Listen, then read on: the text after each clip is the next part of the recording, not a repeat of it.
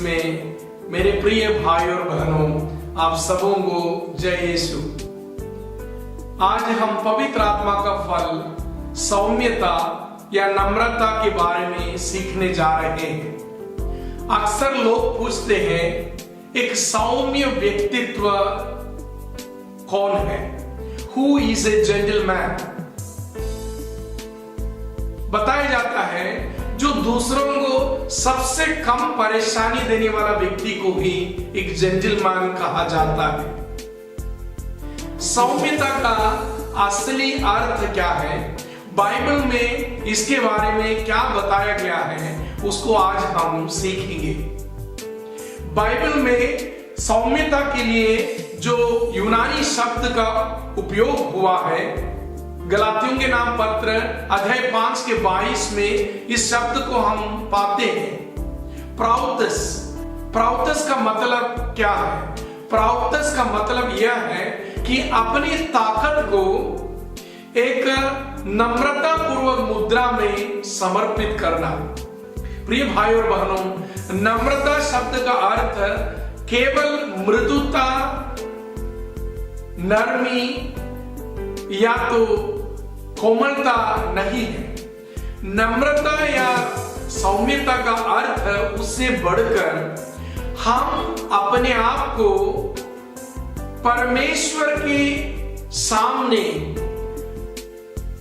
समर्पित करते हुए जब विनम्र बनता है, जब हम अपने विचारों को, अपने जो सोच है उसको भी छोड़कर दूसरों को समझेंगे, दूसरों के साथ अच्छा बर्ताव करेंगे और दूसरों को परमेश्वर जैसे चाहते वैसे स्वीकार करते हुए उनके साथ आचरण करेंगे, तभी हम सही सौम्यता या नम्रता का पालन करते हैं। यीशु मसीह हमें समझाते हैं संत मत्ती के सुसमाचार अध्याय 11 में कि मेरा जुआ तुम अपने ऊपर ले लो और मुझसे सीखो, क्योंकि मैं स्वभाव से नम्र और विनीत हूं।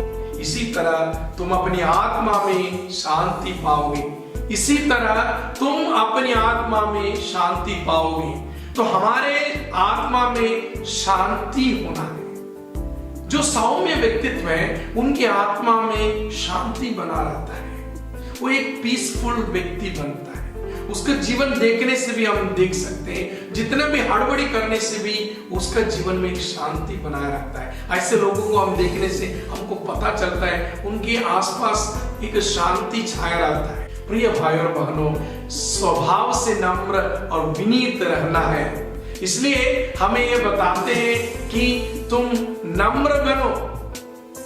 धन्य है वे जो नम्र है, हमें सिखाते हैं। तो हमारे जीवन में ये नम्रता को जब हम अपनाएंगे, हम उसको कैसे दर्शाएंगे? नम्रता को अपनाने वाले परमेश्वर की बातों को और परमेश्वर के द्वारा हमारे जीवन में होने वाले सभी घटनाओं को, सभी कार्यों को खुले दिल से स्वीकार करेंगे।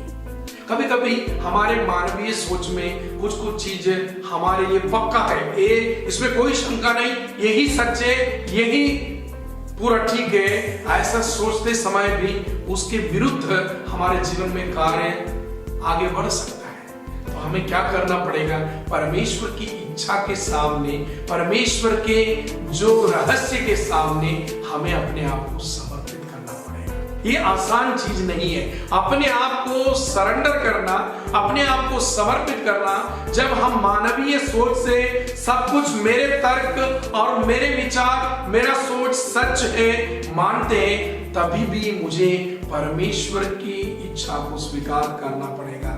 यही मैं अपने एक नम्रता के मुद्रा में अपने आप को परमेश्वर के सामने समर्पित करते हैं। प्रिय भाई और बहनों, मन फिराव के लिए ये जो नम्रता और सौम्यता बहुत जरूरी है। जो लोग नम्र नहीं है, जो सौम्य नहीं है, ऐसे लोग अपने आप को हमेशा सही सिद्ध करते हुए, अपने आप को सही मानते हुए जिंदगी को जीते जाएंगे। मैं तो ठीक हूं, बाकी सब गलत है।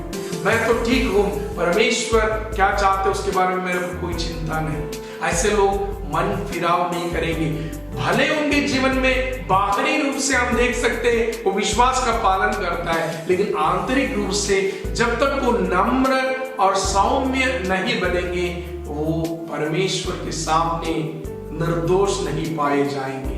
प्रिय भाई और बहनों, सौम्य बनो, नम्रता को अपनाओ। कभी कभी देखो लोग बताते हैं एक आम अगर वो खट्टा है पता चल रहा है तो उसको हम खाने से ही पता चलता है। बाहर से देखने से अरे बहुत मीठा आम लगता है, लेकिन जब खाते हैं तब पता चलता है कितना खट्टा है। कभी कभी हमारे जीवन के आसपास आने वाले लोग हमारे मुस्कुराहट और हमारे बाहर के जितने शैली है उसको देखकर हमें पसंद करेंगे, लेकिन धीरे धीरे उन लोग हमारे असलीपन को समझ जाएंगे और लोग हमसे दूर रहेंगे, क्योंकि इनके पास जाने से ना वो शांति मिलता है, ना कोई सौम्य बात है। हमेशा एक गुस्सा में, हमेशा अपने विचारों को हमारे ऊपर थोपते हैं, हमेशा अपनी राह पर चलते हैं। ऐसे लोगों को लोग ज्यादा पसंद नहीं करते। मेरे कहने का मतलब ये नहीं है कि आप सच्चाई को जानते तो उस सच्चाई का कुर्बानी करना है, उस सच्चाई को छोड़कर आपको दूसरों को अपनाना, ऐसा नहीं है।